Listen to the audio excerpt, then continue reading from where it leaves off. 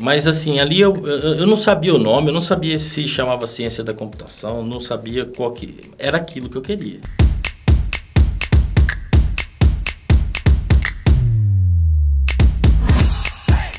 Receber aqui nos estúdios da NetGlobe, no Entrevista 50 CIOs, um representante de um setor tão importante, tão estruturante do nosso país, que é o agronegócio, né? E principalmente por uma vocação tão bonita que o nosso país tem também na produção de alimentos, receber convidados que dedicam uma vida profissional na tecnologia, em empresas, né, que alimentam o mundo, é sempre um grande prazer poder entrevistá-lo. Eduardo Gomes, querido amigo, seja muito bem-vindo. Uma honra te receber aqui para a gente bater esse grande papo. Bacana, Renato. Antes de mais nada, eu gostaria de agradecer vocês por estar me recebendo aqui hoje e dando a oportunidade de eu contar um pouquinho da minha história, né? A sua história é muito bonita e é isso que nós estamos aqui louco para saber, né, Eduardo? Um pouquinho dessa história. Você sai do interior do estado de São Paulo, ou seja, você tem uma infância ali no interior e é isso que a gente gostaria de conhecer um pouquinho da sua história, né? Ou seja, da onde você vem, como que foi essa vivência, essa história de criança e principalmente os primeiros passos, né, do Eduardo Gomes depois ali na trajetória do trabalho. Legal. Renato, eu nasci em Araçatuba, interior de São Paulo. O meu pai, ele, desde que eu me conheço por gente, nunca vi ele fazendo outra coisa. Hoje aposentado, né? Mas trabalhava com banco. Então, assim, eu nunca tive muita raiz em um só lugar, né? Então, eu morei em vários lugares, morei em outros estados, né? Então, essas mudanças, elas forçavam a gente, né? Às vezes aconteciam mudanças no meio do ano, aí você começava uma série numa escola e acabava na outra. E falando um pouquinho aí de como surgiu, eu acho que assim, isso é algo que é meu, nasceu comigo. Eu sempre fui muito curioso. Quando eu ganhava algum presente, eu não queria brincar, eu queria desmontar, eu queria ver como é que funcionava. E aí, eu não me recordo bem se aos 14 ou aos 15 anos ia nas escolas, aquele pessoal fazia aquelas propaganda, entrou numa classe lá, um cara, olha aqui, tá tendo um curso de computação. E eu fui lá ver. A hora que eu olhei para aquilo, eu falei assim, é isso aqui. E no mesmo período, meu pai trabalhou muitos anos num grande banco privado e nesse mesmo momento o banco começou um ciclo de informatização, né? Nessa época, Renato, você entrava dentro de um banco, não tinha um computador, só tinha mesa e gente, né? Então, o banco tinha começado a informatização e eu ficava deslumbrado com aquilo.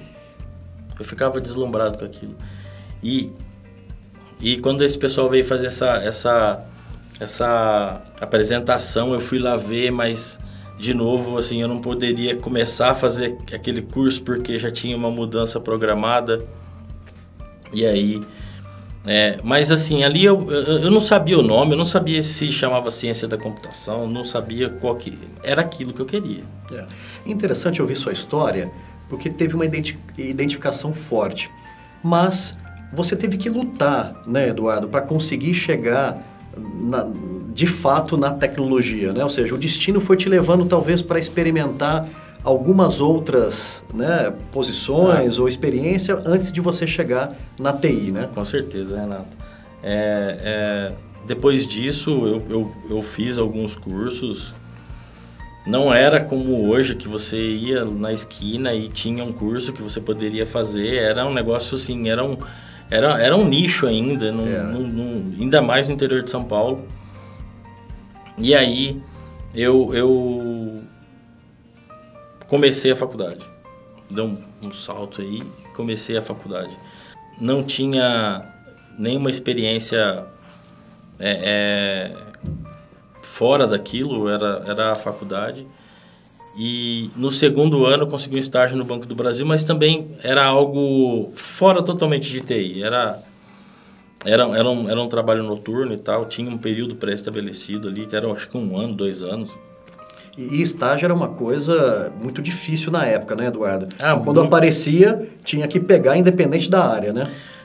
Além de ser difícil, Renato, assim, as empresas do interior de São Paulo ainda elas estavam um pouco atrasadas com relação a informatização. Então, assim, não existia um estágio de desenvolvimento, não existia um estágio... As empresas tinham poucos recursos computacionais.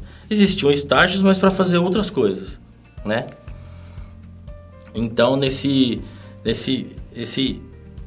o estágio do Banco do Brasil acabar e iniciar, e antes de finalizar a faculdade, eu consegui um emprego num frigorífico que estava abrindo, era uma planta nova, que era o frigorífico Bertin. Perfeito. Em Votuporanga, né? Então eu consegui uma vaga para trabalhar como planejamento e controle de produção. Quando eu acabei a faculdade em 98, eu pensei, bom, eu preciso agora me movimentar, né? Eu não consegui enxergar que poderia ter uma oportunidade para mim dentro do mesmo grupo na TI. E eu tinha experiência, eu tinha até propostas de emprego, mas em cima de uma carreira que eu não queria. Queria entrar, queria mexer com TI. Então eu pedi para sair. E nesse momento, uma pessoa do grupo que eu estava me abriu uma porta. Então, assim, ela ficou sabendo e falou, não, você quer vir para TI, eu vou te trazer para TI, mas você vai ter que fazer uma mudança de cidade, né? Nesse momento, minha família já tinha se mudado de Votuporanga, eu tinha ficado, né? Fui deixado, digamos assim. E aí eu aceitei. Aceitei para ganhar qualquer coisa. O que eu precisava era começar. O que eu queria era uma oportunidade. Perfeito. Né? Então, eu comecei a trabalhar. Primeiro, comecei a mexer com máquina, com formatar máquina, enfim. E aí, em algum momento, a gestão da TI lá no frigorífico Bertin mudou. Assim, eu acabei de chegar lá e já teve essa mudança. E com essa mudança de gestão, eu tive a oportunidade, né, de assumir a área de banco de dados. E aí foi aonde eu alicercei a minha carreira mesmo, assim, que eu me tornei um bom administrador de banco de dados. Sendo administrador de banco de dados, eu pude aprender muito com relação a servidores de grande porte, alta disponibilidade, ambiente crítico. E pegando até esse gancho de estar como administrador de banco de dados, eu tinha um outro desafio ainda, né? Porque, assim, como eu te disse, muito introvertido, então, assim, a questão de falar em público para mim era uma barreira, né? E na região de Bauru ali, abri uma faculdade com um viés muito técnico, com uma proposta de uma pós-graduação muito técnica em banco de dados. E aí eu falei, bom, eu fui lá, fiz uma entrevista. Eu acho que é o momento de eu me desafiar. Todo mundo fala que 50% de você falar em público é você dominar muito bem o assunto. O assunto eu já, pelo menos na época eu achava que eu dominava, né? Isso já era muito importante.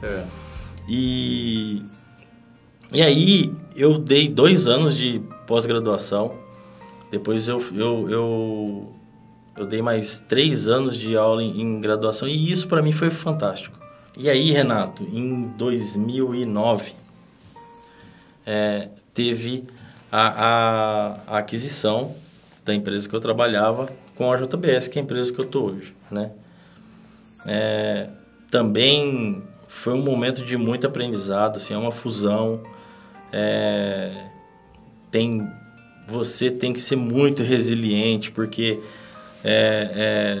existem comparações de processos, eles querem quem adquire uma outra empresa quer capturar o melhor dos dois mundos, né? Então, você tem que ter muito jogo de cintura, muita resiliência, muita tolerância, muita paciência, né? E acreditar.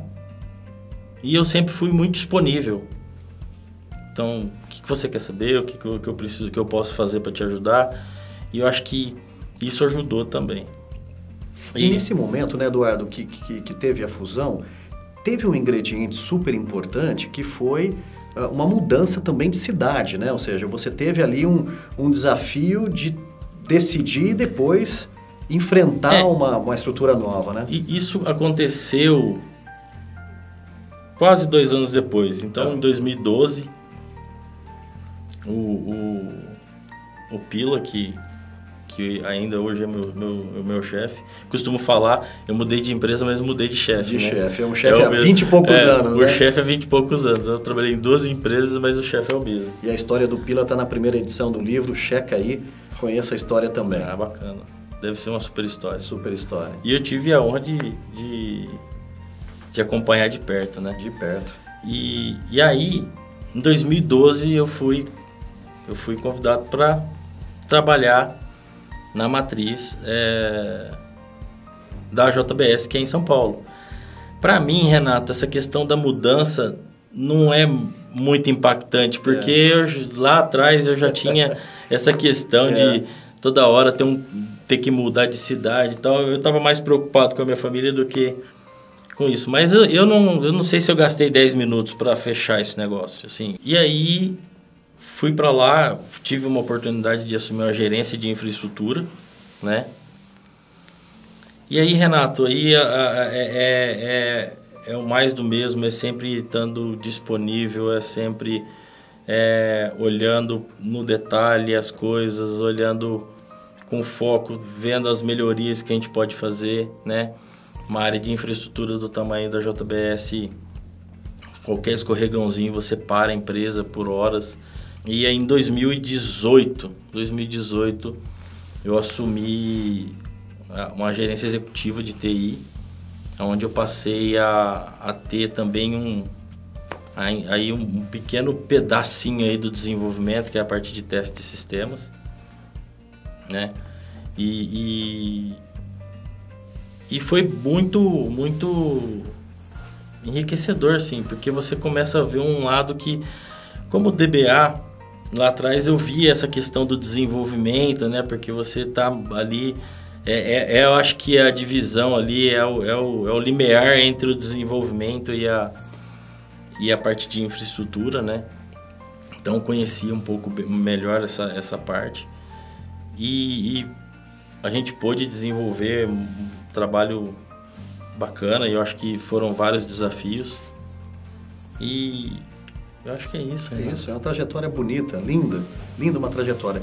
Eduardo, olhando a sua trajetória, você é uma pessoa que investiu muito numa carreira em uma grande companhia, né, que gerou-se depois, né, uma fusão, uma companhia ainda maior, né? E isso são escolhas na vida, né? Ou seja, você pode escolher estar em várias empresas ou você pode escolher traçar um caminho em uma grande empresa e chegar, né, longe. Nessa trajetória, quais são os grandes desafios, Eduardo, na sua visão, né, quando você diz, olha, eu vou seguir em frente aqui e vou querer chegar longe nessa companhia e vou apostar nisso, né?